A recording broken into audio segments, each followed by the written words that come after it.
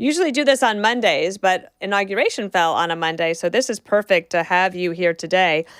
We were talking as friends just about our experiences at inauguration, and I said, wait, let's do this for the folks. I said, Yes. listen, I typically have not really enjoyed going and covering them. Now, I say that because it's very difficult to get around. It's January, the third week in January. It's always going to be cold. And I would say that as a spectator, I love the pomp and circumstance. I had a lot of fun yesterday, though, because there were lots of different aspects. There's so much happening all at the same time. And the changes of taking the inauguration and moving it from outdoors to indoors. And you can tell us maybe a little bit, Kevin, about the logistics of how that has to happen. That was very difficult.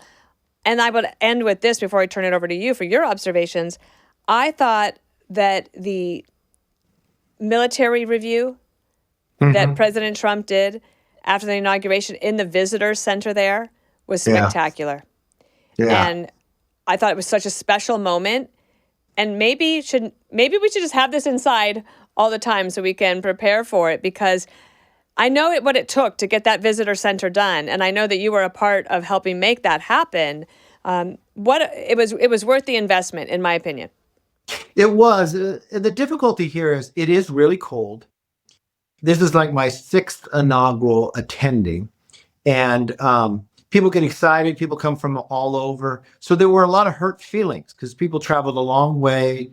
They were going to stand out there. But for people to understand, it was so bitterly cold. I mean, it's never been this cold outside of Ronald Reagan. People would have gotten sick, and people would have really been really hurt. It was chilly within there.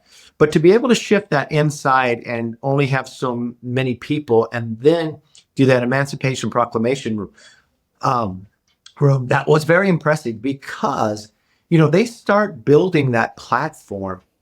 I mean, I've been part of that committee, and I remember we'd be hammering, putting in the first nails in the hammer, and I feel like it's in August or September. They start building and prepare for that, not knowing who's going to win. And remember, Ronald Reagan was the first president to get sworn in on the West Side. Like JFK, Lincoln, they were all on the East Side. And Reagan would always tease you and say he did that because he wanted to look towards California. Yeah. I was going to say, I bet it was California. But I think it was decided before he won the election in 1980. But logistically, to build that, to put the seats in, the performers, and even it doesn't come off perfectly, like Carrie Underwood. Who would think an orchestra couldn't perform? What happened? You were in the room. It was very awkward. We're sitting there. She nods over, let's go. And they have the orchestra in two places. And I don't understand why it couldn't go. What electrically could you not perform? And they performed that song at the end because I think they felt so bad. And she eventually was sitting there so awkward. She says, I'll just do it. This is what I loved about that moment. So this is Carrie Underwood's moment when she is sitting there waiting, and it's awkward. And, the eyes of the it's every not just eye's the nation. on her. The eyes of the world are on you, and we're like, is she going to nail these notes? And the music doesn't play. It's awkward. And finally she's like, let's go. And no one will ever forget that national anthem because it was so special. And then she had all the people in attendance sang along with her, but you could still, her voice came through. So what was that like? She said right before, there was one military walks up and he has a headset on and he goes up to talk to her. And she says, I'll just sing it. Right? She's like, I'll do it live. And nobody knows because everyone's staring at them. Think about this. You got both presidents. You're standing in between both presidents and both vice presidents. And you think you've probably practiced it, right? With them in the room, and then boom. So she handled it perfectly. She said, sing along. It turned out wonderful. And think of this. That was probably the shortest speech I've ever heard Trump give.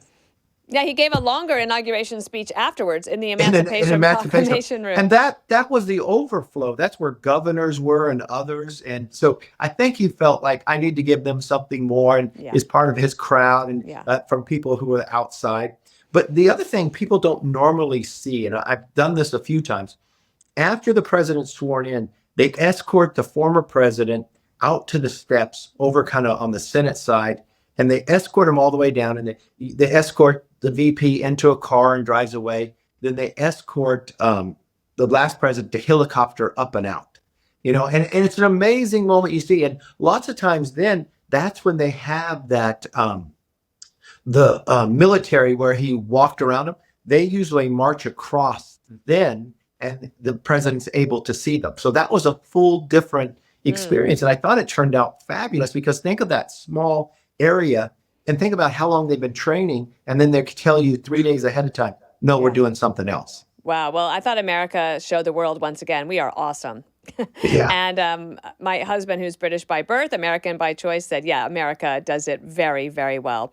But what was it like in the room? Because President Trump was very clear about what he thought had gone wrong in the last 4 years. And it was interesting to think about Biden and Harris having to sit through what was a very mild version of a Trump rally in a way. And he didn't hold back, really. No. And so I couldn't see Biden and Harris. Could you? Yes. Okay. Okay. So this is a little fact that you can use if you ever need it. 8 years ago, I was the very last person to walk out before President Trump. We were in the tunnel. I was majority leader. So I'm standing with him. I have this picture where we take this selfie and I'm announced and then he's announced. This time, I was the very first person announced being a former speaker into the room, which I thought was unique. So the seating was sitting right there. And, when you watch, and it's different because of it's smaller and they're coming around. I thought it was pretty tough for Kamala Harris to come out and she's got to face the other ones and she did not win. This is where I truly believe people don't quite understand. President Trump has already done this job, so he understands what's to do. But I think in a more positive perspective, he got out of the job and didn't follow it in the second term. Now, most people would want to do 2 terms in a row. I think he's better prepared that he's not. Because you being and understand that, when you're inside that White House, you kind of get enclosed, right? You can't get out. He got to get out for the last 4 years with the American public, right? He went when there was a train derailment. He would go there and talk to people. He had to campaign when all these other people were campaigning against him after already knowing the job. Mm-hmm. I think he's more in tune to what's happening in America right now. He knows what the job entails, and he knows he only has 1 term, so he's not going to waste any time. So that's what you saw yesterday, and that's what I was so impressed. What was it? Less than a 30-minute speech. He didn't care who was sitting in the room. He had world leaders he knew was watching. He was very clear about where America was going. And then to turn right around and to have those executive orders, you know how much time it takes to write one, to research it? Not only did he have that ready, he had his entire cabinet. Yeah. And they had already done the meetings. I mean, he's so far prepared. What I was saying today on Squawk, I think he's going to be ahead of the House and the Senate. They're going to have a hard time keeping up with him because you know how long that day is. And the first lady looked gorgeous, and then they go to the balls, and they have to go to so many of those. And you know how tiring that is, right? Well, what I just heard from our White House reporters is that, yes, of course, they were all out very, very late last night, but they saw lights on in the residence of the White House at 5:30 a.m. Yes. So he's ready to go. He doesn't sleep much, never has.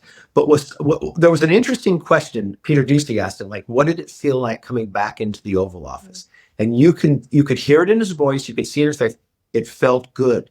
It was like I'm back. Yeah. But it wasn't I'm back. Let's go around and take a picture. Let's get right to work. Yeah. And he did. And then he took 60 minutes worth of questions. Let me ask you another thing, because you're from California. You know these tech titans. I assume you know all of them. Yes. And that was very different. And to me, they got pushed into the arms of the Republicans and Conservative Party because of what happened under the Biden administration. But also, when President Trump is an interesting branding, he's very good at marketing, obviously. And he said, we're entering a new golden age. We're entering it, okay? Yes. And that these people are a part of that. But it's not just the golden age in terms of all of us maybe being more prosperous. That America is going to be in the lead when it comes to technology, that we have to be in order to protect our own national security as well. I think that was more of a symbol. And the one thing I know about President Trump, he picks where people sit. I remember when we did the convention at the White House, he called me, he said, I'm going to sit you up with my family. You're going to take this seat. That was more a message to the rest of the world and probably to China and to Russia and everybody else, that we're going to lead in technology and we're with one voice. Everybody's together. So don't try to split. And what's very interesting, it was the Democrats who pushed those tax titans to the Republicans, and not to the Republicans, but really to more where President Trump, when it comes like the First Amendment. Like I've been friends with Elon for a long time, and that's really what drove him. He didn't set out and say, I'm going to support President Trump. He got so frustrated once he bought Twitter, seeing what government had been doing. He never believed they could do that. And it really motivated him. And that was the opening for the others that it's okay to come on board. Mm-hmm. And when you watched all of them there, it wasn't a display. I didn't take it, but I thought it was very smart on the president's part is this is power because technology will move the world. Every other world leader would love to have one of those companies in their country, right? Absolutely, yes. And lots of times the people will see, oh, Tim Cook is going to be jealous of another, or Bezos is going to be jealous of Elon. They looked very cooperative. They all sat together, shaking hands with one mission, listening to the president, where we're going in this golden age. What are we going to do? And it's a new America. And I thought that was very powerful. Do you have any opinion on what happens with TikTok? Okay, this is something you have to understand. It's passed into law and it's been upheld by the Supreme Court. So something has to happen to TikTok. Either it's going to go away or it's got 75 days to figure out how this modification will go. So there's something will happen because do you like President Trump's suggestion, which I don't think it was anything put in stone. I think he was just saying, well, maybe America could have 50% and China could have 50%.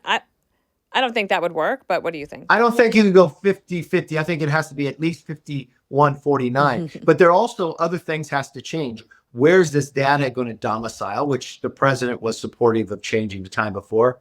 And this algorithm, okay, is it going to be open or where's that going to be at? Who's going to see that? So I think those questions have to get answered in the next 75 days. But I think it going down for a day or 2 days made people realize, okay, this is serious. I thought that was kind of terrible because TikTok didn't have to do that. They did it because they wanted to make a point. And then they were like, oh, wait, no, let's put out a statement that says Donald Trump saved it.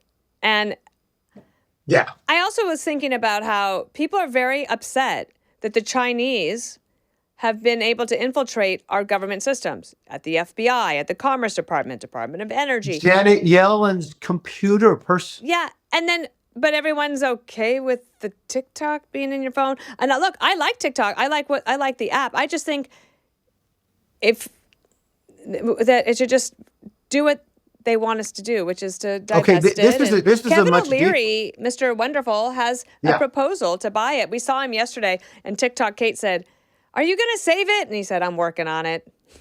Now, I think a lot of them, and then you have McCord and the others. I think the real ones who are going to probably be in the world that I would trust the most to have it is like an Elon or an Oracle or somebody who's in the tech community in America. But this is a much deeper thing you've got to understand. Why is China gathering all this data on all of us, right? They're breaking into everything. Now, the reason they're doing it is because they're going to keep all this data, but they're waiting to have AI or quantum to really mine it, to be able to use it in the future. There's a lot of things they grab that they really can't use right now, but they're very smart at what they're doing, and it's very dangerous for America. That's why we need to be able to, and I'm looking and talking to the president about other executive orders, to make sure we got to knock China from getting into any more. They're right now, if you talk to the Biden administration, they're into all of our networks right now, and they don't know how to get them out of it. Well, how long have they been there, and why are they harvesting all this data and just they're mining it for the future? We've got to be able to block that, and we've got to be able to make sure we're ahead on compute and AI and quantum.